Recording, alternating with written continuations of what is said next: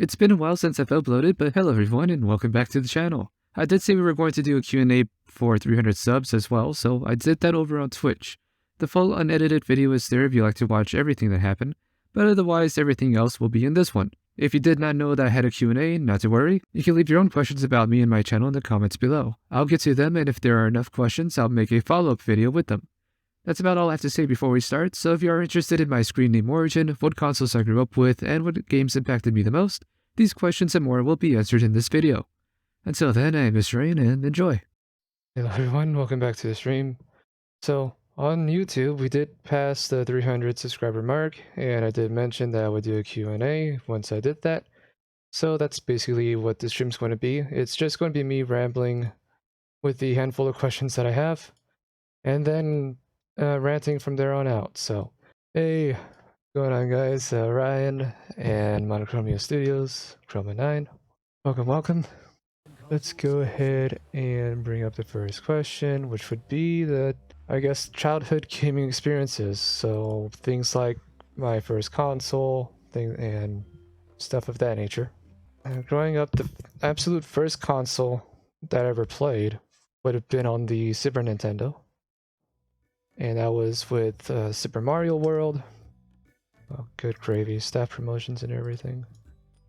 I had a ton of games for that console. There was a Mickey Mouse game. We had Mario Paint with the mouse and the mouse pad, the very plasticky mouse pad. I had a Godzilla game. So you had a MIDI music maker.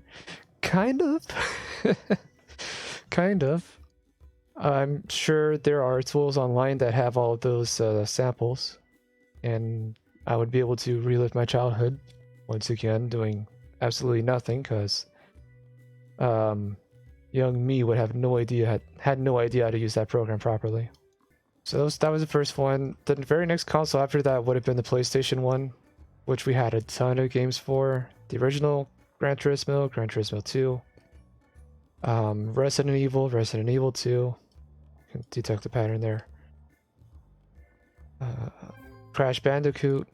Only had the first one. Only had the first Spyro.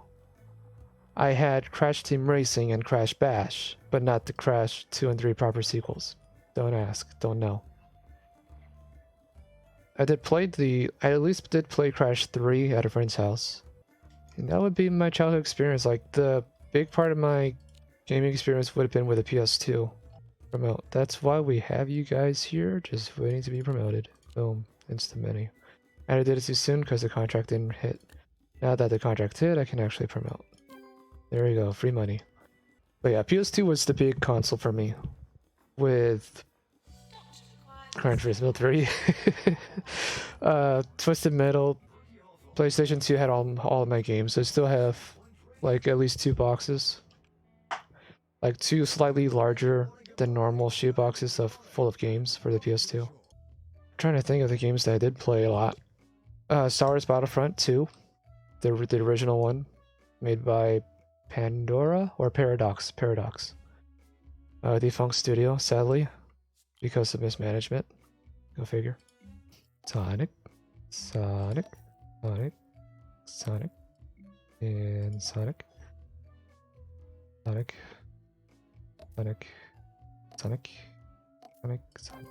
I never owned a Genesis. I never owned really any of those obscure consoles. It was basically Super Nintendo, Nintendo 64, and PlayStation 2 for the majority of my life.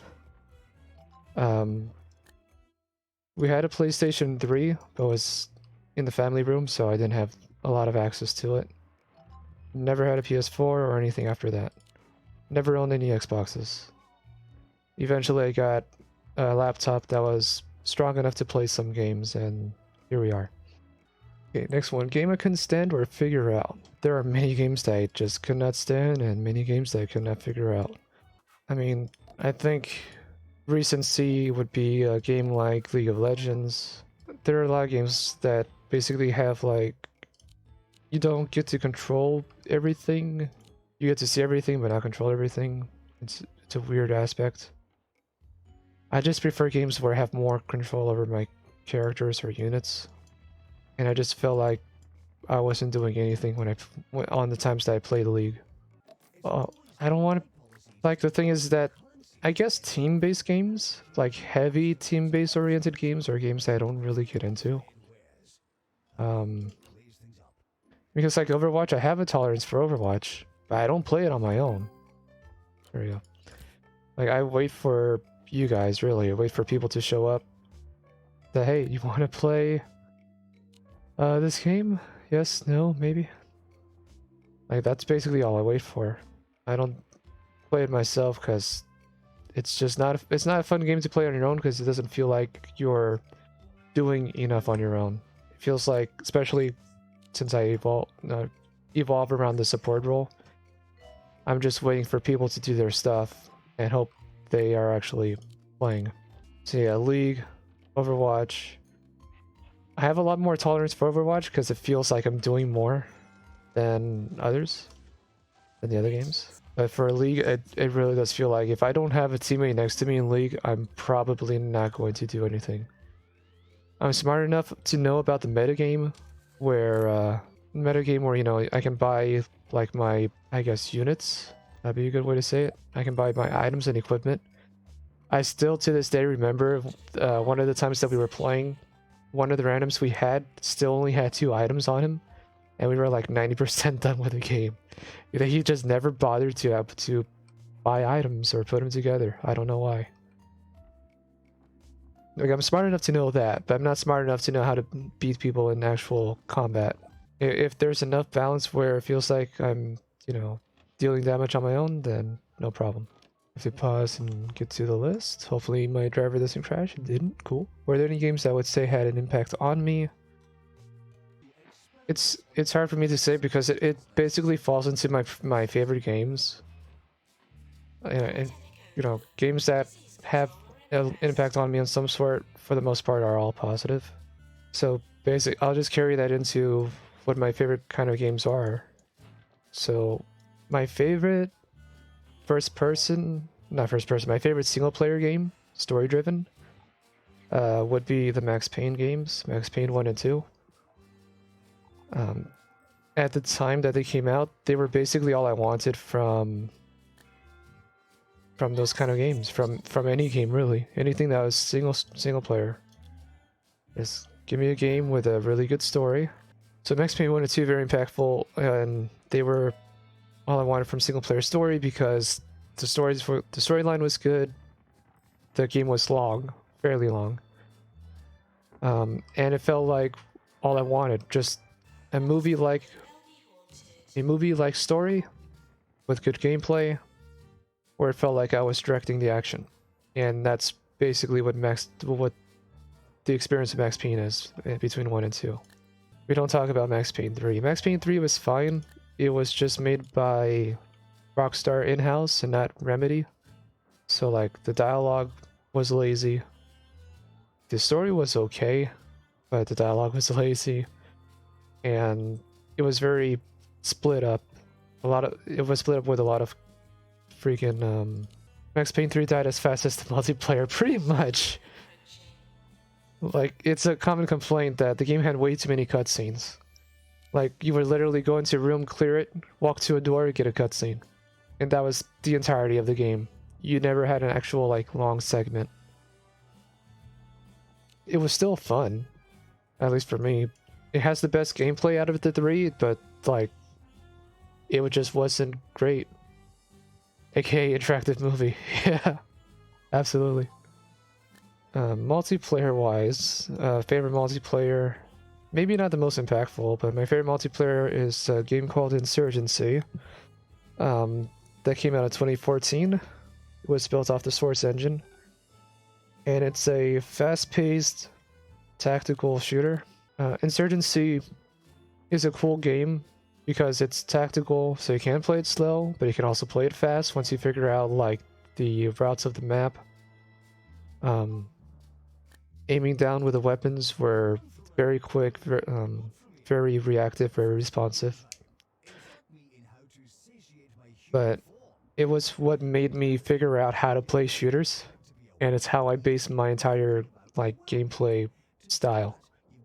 So unlike hallway shooters like CS:GO and Valorant, where you're kind of forced into fighting people head on, I tend to go the route of like finding a flank route, finding routes that people don't really or are not really paying attention to, and then catching people off guard. And then of course finding those small spots where you do have to like hold an angle and like force an attack from one direction. But you know, it's a little more than just, you know, peek over a hallway, shoot, strafe, and then run back into cover. You know, my style's a little more unique than that. What would be the most impactful multiplayer game for me? Overall, most impactful would be like Battlefield 4. Because even though that game is still a buggy mess to this day, Battlefield 4 has done something that no other game has done since then. Not even Battlefield themselves. Which was the whole evolution. You know, their set piece was... The map was called Siege of Shanghai. I still remember the map name. And there was a skyscraper in front of the ocean. I'm assuming it was the ocean. And you can knock down the supports for the skyscraper, and it would fall head face forward into the ocean, and you would have this whole new like island made out of the rubble of the skyscraper. But no other game has done it. And DICE, EA, for whatever reason, have decided to go away from the Levolution. I don't know why. So instead of perfecting it or making it more meaningful, you know, to the point where, you know, the Levolutions actually add on to the map rather than destroying, they just gave up on it entirely and continue making the games they did. So Battlefield 1 got a good reputation. Sensational. Battlefield 1 got a good reputation. Battlefield 5 got a bad reputation. And Battlefield 2042 has gotten a bad reputation. So, what can you do?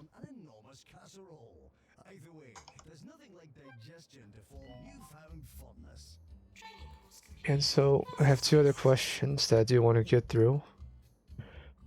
First one is going to be... No.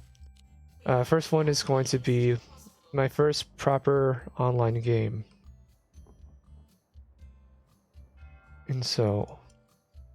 And by that I mean like not a game that I played for like 5 minutes or a day, but you know, an actual game that I spent a lot of time on online with other, you know, playing with and against other people. I wanted to make a Pan's Lab because that kept showing up. I also get to upgrade the Pan's Lab too. So my first online game. Boom, boom, boom. My first proper online game was Star Wars Empire of War Forces of Corruption. I had the gold pack, so it came with both games, the original Empire of War and Forces of Corruption. And for those who don't know, those were real-time strategy games. They were not the most balanced, but they were fun. And so I got to run into a community. Trying to remember the name of the group I was in. It was Empire something, or something Empire. So that was the first proper online game that I played. And then from there, a few guys from that group started playing another free-to-play first-person shooter game, which was Crossfire.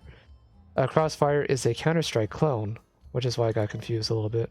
And so Crossfire spent years playing that game. But essentially, I can write down about Crossfire, why not? But yeah, Star Wars Forces of Corruption was my first online game, and then I moved into Crossfire. The funny thing about that is that Crossfire had a sequel, kind of, come out for the Xbox only, which was weird, called Crossfire X. and that had shut down earlier this year because it was only for the Xbox, and the game was not receiving the kind of updates and R&R that it needed to stay relevant, so it got shut down. Feels bad. I think regular online Crossfire is still up and running, but that game is separated to regions, so the one that would be Crossfire NA, I don't even know if it's still active or available.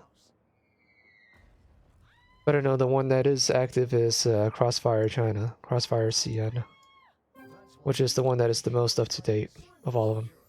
But yeah, Smilegate, the guys who own Crossfire, they had the chance. They had a chance to bring Crossfire back to the Western Front.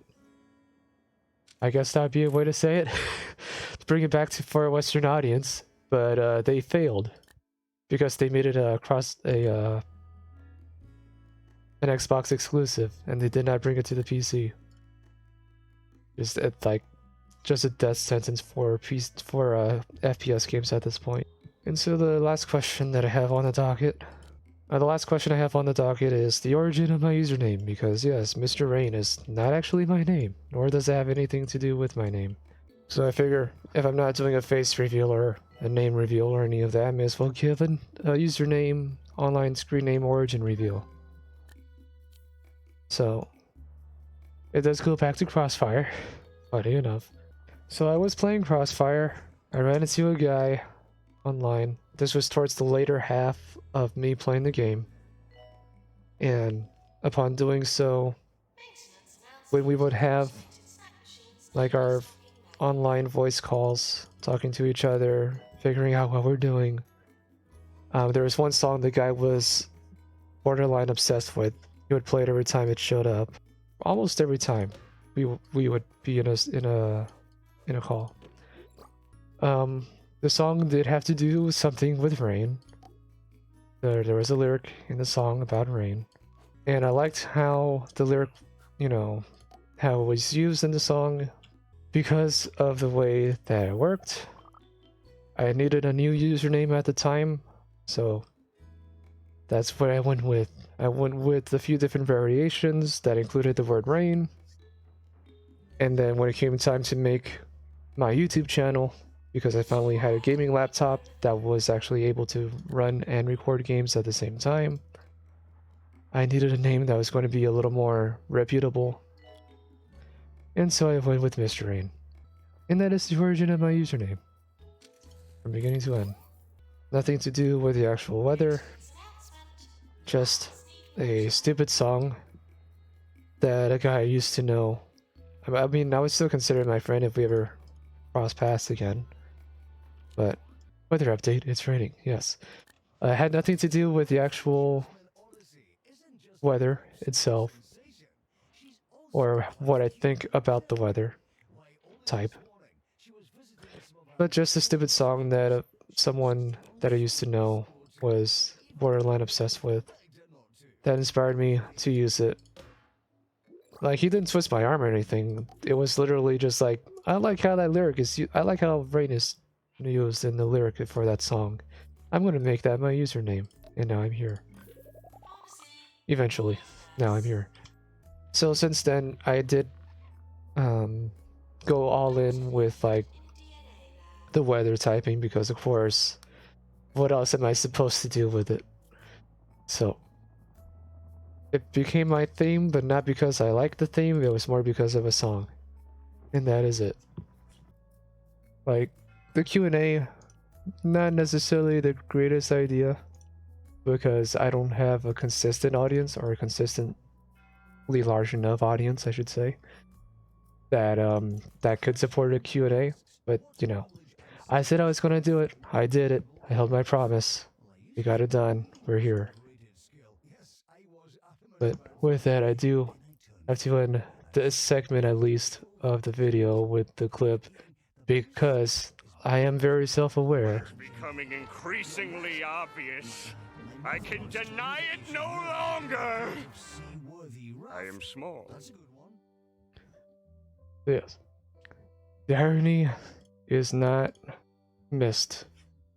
on this channel. The thing is, I'm going to keep going. I'm going to keep going, and I'm going to keep doing this till something breaks. There are other things. There were other plans but this was always part of the plan, to be streaming, to be making videos, and to be doing so in a way where I would be receiving some sort of income on a monthly basis, I should say. But that hasn't happened yet. We're still working on it. We're always a work in progress. We'll never be purely polished, and I'm fine with that. So I'm not upset, I'm not mad, I'm not depressed or any of that. It is what it be. And I'm doing what I can to make it different.